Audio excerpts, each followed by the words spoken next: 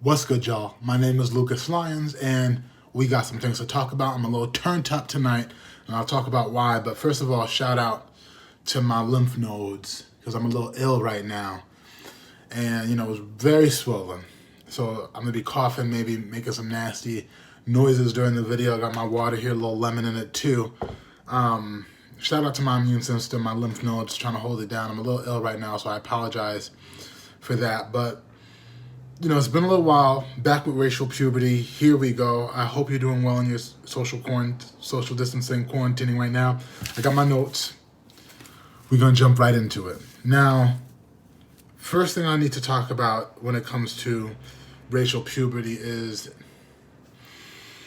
this idea of Stephanie, I believe her name is Stephanie Friedman, and Jeffrey something, Cume or something. This TikTok video of them in the bathroom. Click in the link in the description below to watch the video of them in the bathroom. How to make a nigger. No father. Making bad choices. Yada yada. Just white supremacy at its raw, uncut, original recipe. And these are, 2020, and, when it comes to racial puberty, I used to be one of those people. Oh, it's 2013, racism, it's 2020, racism is over and we're in the future and, some Jetson type deal, really crazy. On TikTok, just showing this, and I bring that up because, I used to think time, I didn't want to put in the work. I used to think time was going to solve time heals all wounds. Time is not healing this wound, and you see how it's being spread. These children weren't born this way. These two white children, these teenagers, soon to be, adults. They're old enough to really cause some trouble at this point.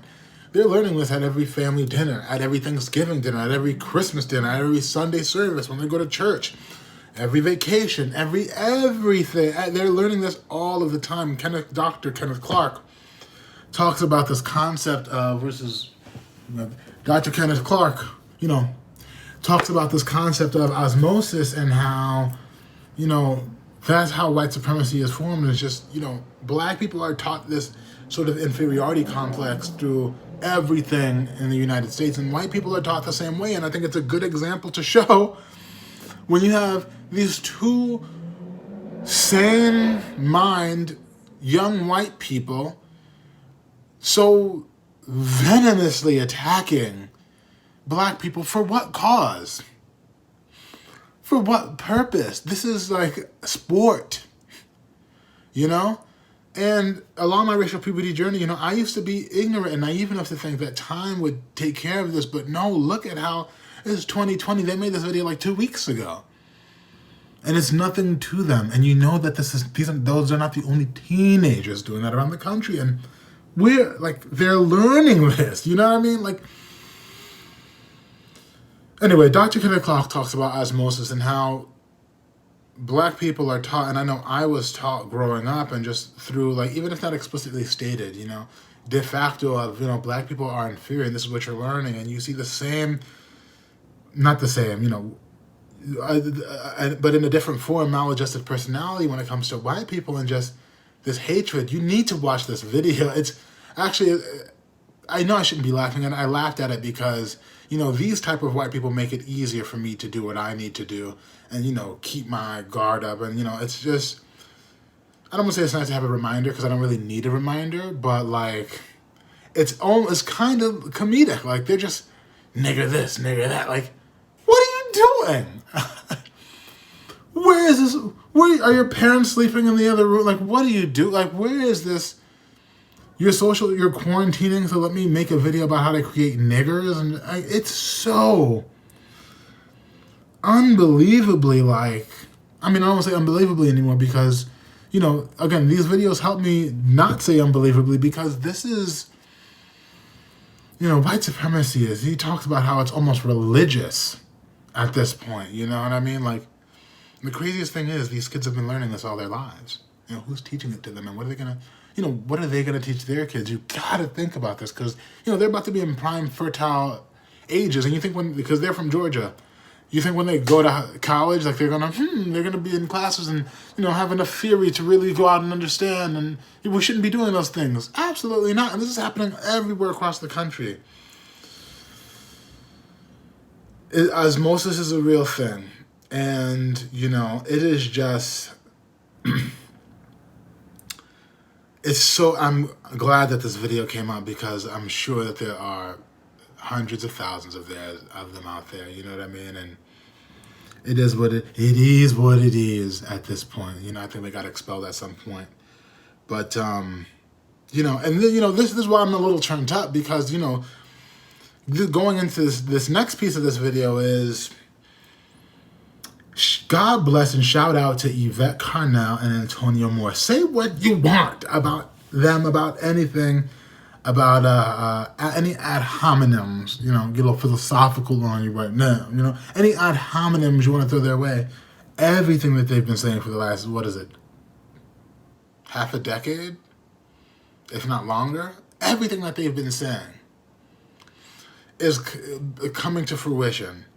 Like, I'm not even going to get to the economic point of it, because they made some really great videos. You should check the links in the description about Jay Morrison and like the sort of do-for-selfer, and like, there's nothing wrong with Black entrepreneurship and whatnot, but what they're saying is just coming to bear.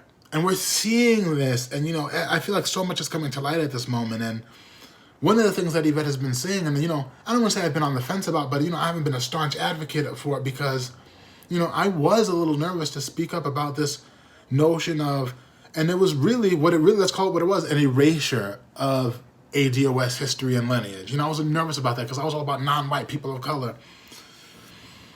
Let me tell you how sick of that I am at this point right now.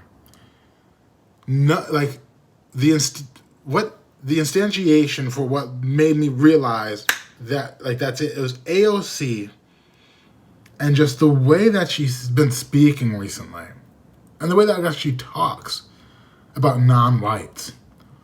And this comes into the nuance of, on my racial puberty journey, you realize there's even a nuance within non-white people, and it's okay for that to be the case, and it's not just divisive to talk about that. White supremacy is a global phenomenon. We have to, that is number one. And then you look, it's like order of operations, the math teacher, it's like order of operations, I realize white supremacy, that is number one. You know what I mean? That's like a group. And inside that group of white supremacy, ADOS needs to be made whole. And AOC was, I clicked the link in the description below, I think it was The Hill or some video, and she's talking about Black and brown people in this way of the coronavirus, where she's not even addressing the specific and heavily more disproportionate rate of Black deaths because of COVID. When she talks about, let me see, where is this here on my notes? Oh, Lord have mercy. I should have really put this in better order of some sort. Yeah, here we go. So when we talk, and now that she was, for Bernie Sanders, now she's on the Biden train. She's talking about how Biden needs to change. And it's funny, we'll talk about this in a second. It's funny because, I'm subscribed to a lot of different disciplines, different schools of thought, political thought on YouTube. And it's crazy because there are so many who I believe, credible, and I, sort of trust their opinion on, it's interesting to see what white people think about politics. And some white progressives who are really with Bernie Sanders, who are now turning on Bernie because he's endorsing Joe Biden. And we see these non-white people, these Black people, saying, nope, you got to do for Biden now. We'll talk about Nina Turner in a second, but AOC, she's talking, look, when she names her demands for like what needs to happen, when she's talking now that Biden is and we're going to talk about Trump 2020.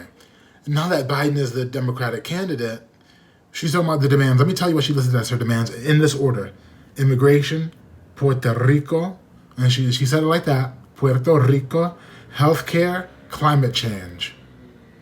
Those were her demands. Those are like her priorities. When she was interviewing, I forget, click the link in the description below, where she's talking about what's going to need to change for Biden, to get voters to get on the progressive type of. Nothing in there was about the Black agenda. But what she loves to encapsulate is talk about, because she even brought up reparations for Black and brown people. And that is, at this point, so frustrating for me to hear, especially because you bring up the idea of reparations and you just say black and brown, and you do hear how it erases the history of my family, and I'm sure your family, of the people who built this country, and why so many non-white people, it's a beautiful culture. I love my non-white people. Why so many non-white people come and get to enjoy the American experience and, try to get a piece of this proverbial American pie. And, as non-white people, we have to stick together to do that. But I'm sick and tired of hearing them, shout out to Breaking Brown, Yvette Carnell, because, I was always kind of like, Yvette, we got to, white supremacy and non-white people. And AOC really took it over the edge for me. And I keep hearing this black and brown. And going into Nina Turner, one of the advisors for Bernie Sanders, now sucking at the teat of Biden. Click the link in the description below, talking about how, we're going to be on his ass about making these progressive, concessions. You're not demanding anything. Her interview is almost laughable. They ask her about what could Bernie have done for black voters, and y'all gotta watch the video. She says nothing.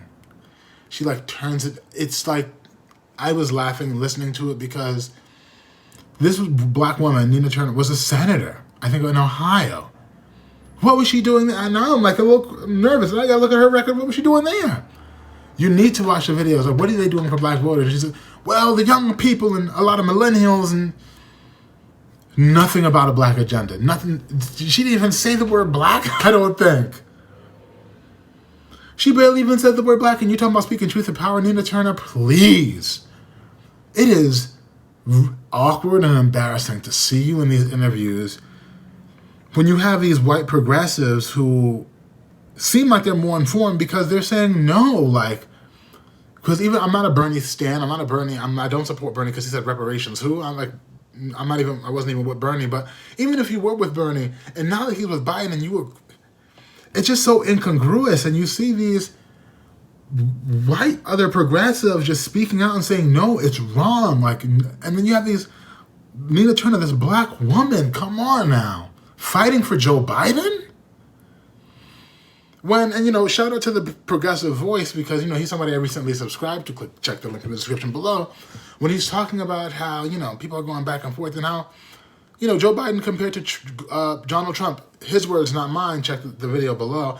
And, he's saying Biden might be worse than Donald Trump because Biden, he was with, I think, Strom Thurmond, and how he supported segregationists. And this video is not about Joe Biden's record, but it's so disappointing to hear. And then not only did AOC, going back to that, but Nina Turner, when she's on this interview talking about black and brown, people of color, black and brown, no!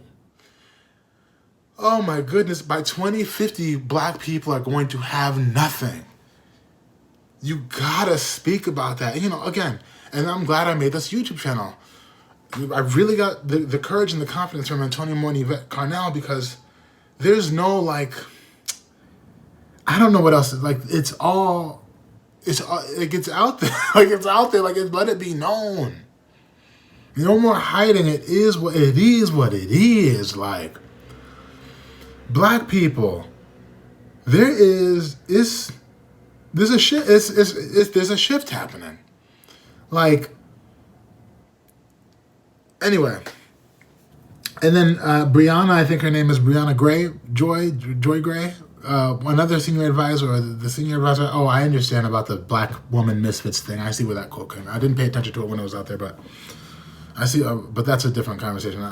Anyway, Briahna, this woman who was in charge of Bernie Sanders, I think she was the senior political national correspondent, press secretary. I'm not sure what her position was, but she was a senior on Bernie's team. And God bless her for saying, I'm not endorsing Biden. Biden was a good person.